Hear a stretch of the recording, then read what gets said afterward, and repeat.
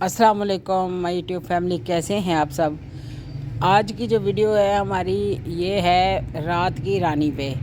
रात की रानी माशाल्लाह इतनी ब्लूमिंग करती है, इतनी इसकी ग्रोथ होती है। ये मेरे पास समझे कि बेल नुमा है प्लांट, मेरे ये बेल बनता है। अब बात यह है कि इसकी केयर कैसे करें। रात की रानी पे फ्लावर ज़्यादा लेने के लिए हमें क्या क्या काम करने हैं इस पे। सबसे पहले तो हम आजकल जो मौसम जा रहा है इसमें आप अच्छे से खाद डालें, जैसे कि रिम के साथ साथ साइडों से मिट्टी हटा दें। हटा के एक मुट्ठी आपने लीव कंपोस्ट ले लें, डी कंपोस्ट गोबर खाद ले लें, कुछ भी आप इन दोनों में से आप ले सकते हैं। लेके उसके बाद आपने इसमें हल्दी शामिल कर लें, या फिर आप एंटी फंगस पाउडर शामिल कर लें, या नीम पाउडर शामिल कर लें। अगर नीम पाउडर नहीं है, अगर आपके पास हल्दी नहीं है, तो आप थोड़ा राख भी इस्तेमाल कर सकते हैं। तो सबसे पहले आप कोशिश करें कि नीम पाउडर उसमें मिक्स करें, तो वो बेस्ट रहेगा। तो उसके बाद इसको आप अच्छे से रिम के साइड पे थोड़ी सी 2-3 मुट्ठी ना इसमें डाल दें। डाल के ऊपर वही मिट्टी आप वापस साइड पे डाल दें। डाल के तो इसके अंदर पानी डाल दें, तो इसकी खाद मुकम्मल हो जाएगी। ये कोई 2 महीने की 3 महीने की इसकी खाद की रिक्वायरमेंट पूरी हो जाएगी। मतलब है कि इसकी जो भी कमी पेशी है वो कम हो जाएगी। देखेंगे जैसे इंसान को खुराक की ज़रूरत होती है ना, ऐसे प्लांट को भी होती है। हमने सबसे पहले इसकी मिट्टी का ख्याल रखना होता है कि मिट्टी अच्छी होनी चाहिए।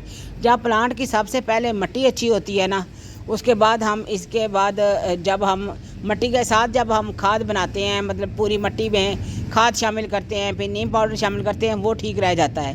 वो उसका रेशो जो है हम बनाते हुए जब बनाते हैं वो ठीक है। इस पर मैंने अपने चैनल पे वीडियो भी बनाई हुई है। अच्छा, बात ये है करने वाली कि अब इसमें खाद कब डाली जाए। मसला ये है कि जब हम पौधा लगाते हैं तब तो हम परमानेंट पूरी खाद वगैरह दे के लगा लेते हैं। तो उसके बाद जब हमने प्लांट को अब काफ़ी अर्सा हो गया, हमने खाद नहीं दी, नई नई ब्रांचें आना रुक गई हैं, या उस पर ग्रोथ आना रुक गई है, या मौसम के लिहाज से हमने खाद नहीं दी इसको, तो उसके बाद जो खाद का अंदर वाली खाद का जो असर होता है ना, वो कम हो जाता है। देखें, जो हमने मिट्टी बनाई थी वो तो ठीक थी, लेकिन उसमें जो हमने खादें डाली थी उसका असर जो है मिट्टी में कम हो गया। उसके बाद फिर हमें दोबारा खाद डालने के लिए दोबारा मिट्टी को रिपेयर करना पड़ता है। मतलब है कि साइडों पे, रिम से साइड पे हमें खाद दोबारा पौधों को डालनी पड़ती है। चाहे हम लिक्विड बना कर डालें या चाहे हम लीव कंपोस्ट खाद डालें, तो दोनों ही काम करते हैं। जून जुलाई में हमें ये कम कर देनी चाहिए खादें, लेकिन जो अभी जो है खादों का टाइम है, आप अपने प्लांट्स को खादें दें। अच्छा, अब हम करने क्या वाले हैं, इसको हमने खाद दे दी है, क्योंकि कल मैंने आपको वीडियो में भी बताया था, जैसे अरिका पाम को खाद दी है, इस तरह मैंने सब प्लांटों को खाद दे दी हुई है। आपको भी इसी तरह ही करना है। साइड से मिट्टी हटा के एक एक मुट्ठी बड़े प्लांट को आपने 2-2 3-3 मुट्ठी जैसे ऐसे पॉट हैं दे दें, और जो ये है इसको हमने छोटे प्लांट को हमने 1-2 मुट्ठी बस दे देनी है। तो उसको अच्छी तरह मिट्टी में मिक्स कर दें। उसके बाद दूसरे दिन पानी दे दें, तो माशाल्लाह पौधा बहुत अच्छे से चलेगा। अब रात की रानी का क्या है, रात की रानी रात को फूल देती है, और माशाल्लाह से इतने खूबसूरत इसके फूल होते हैं ना, कि अभी मैंने इसकी ना इतनी कटाई की नहीं, और फूल आना भी शुरू हो गए। ये देखें जी, ये देखें छोटे छोटे बर्ड्स निकलना शुरू हो गए हैं। ये देखें, आज काम कर रही थी तो मैंने कहा कि इस पर ना वीडियो बना दी जाए। रात की रानी के प्लांट पे बहुत ज़्यादा फ्लावरिंग होती है, और अब टाइम है उसके फ्लावरिंग होने का।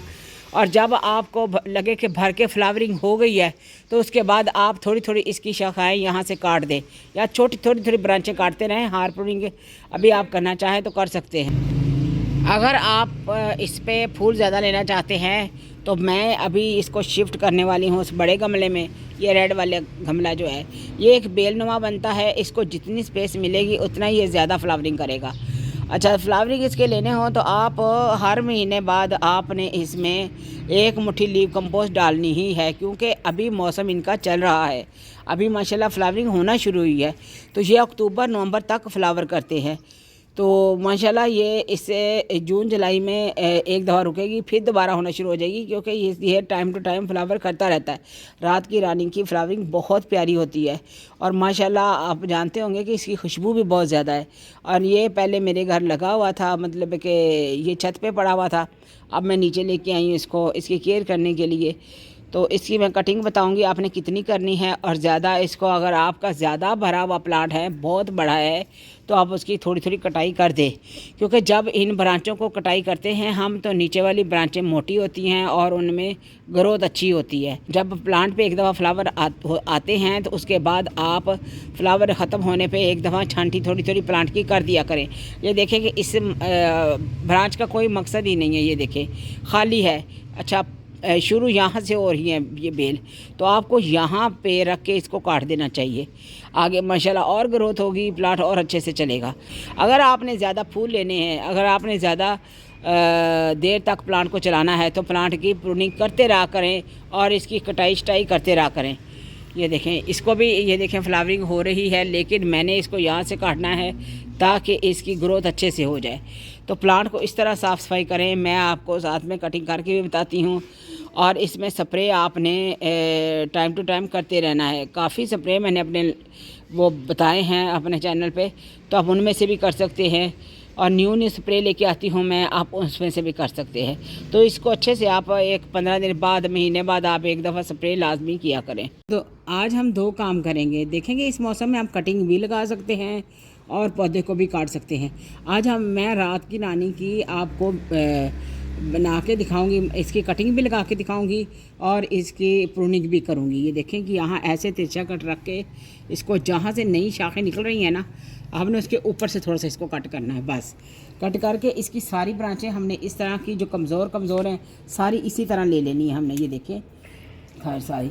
अच्छा, ये देखिए ये वाली इस तरह, ये देखें, ये आपको भी प्लांट का पता चल जाएगा किस तरह लग रहा है, क्योंकि बेरौनक सब जो प्लांट लग रहा था ना, अब वो माशाल्लाह खूबसूरत लगेगा, अच्छा लगेगा इस तरह। और ये देखेंगे सारी ब्रांचों को, ये देखें अब नई नई शाखें आ रही हैं, जो इसकी सूखी सूखी ब्रांचें हैं वो हम कट कर देंगे। तो ये ऐसी वाली ब्रांचें सारी कट कर दें ताकि अब प्लांट की ग्रोथ हो। अभी शाखों की ये देखें ज़रा, ये सूखी सूखी ब्रांचें जो है ना, आप कट कर दें यहाँ से ना, यहाँ से ये ब्रांच निकली हुई है और ये देखें ये सूखी हुई है, ये देखें इस तरह कट कर दें ताकि प्लांट अच्छे से ग्रोथ करे। यहाँ से कटिंग करके हम ये देखें, तो जो नई आप शूट है ना, ये देखें इस तरह की हम, ये इसके 2 नोड एरिया जो हैं ना, वो मिट्टी के अंदर आने चाहिए। सबसे पहले आपने क्या करना है कि मट्टी ले लेनी है। मट्टी आपने ऐसे बाल मट्टी ले लेनी है जिसमें रेत ज़्यादा शामिल हुई हो। अगर आपके पास बाल मट्टी नहीं है तो आप उसमें राइस हस्क इस्तेमाल कर सकते हैं, या फिर इसको नरम करने के लिए आप कोकोपीट का इस्तेमाल कर सकते हैं। लेकिन मेरी बाल मट्टी ये नरम ही है, मेरी गार्डन सॉइल है, इसमें मैंने खाद नहीं शामिल की हुई।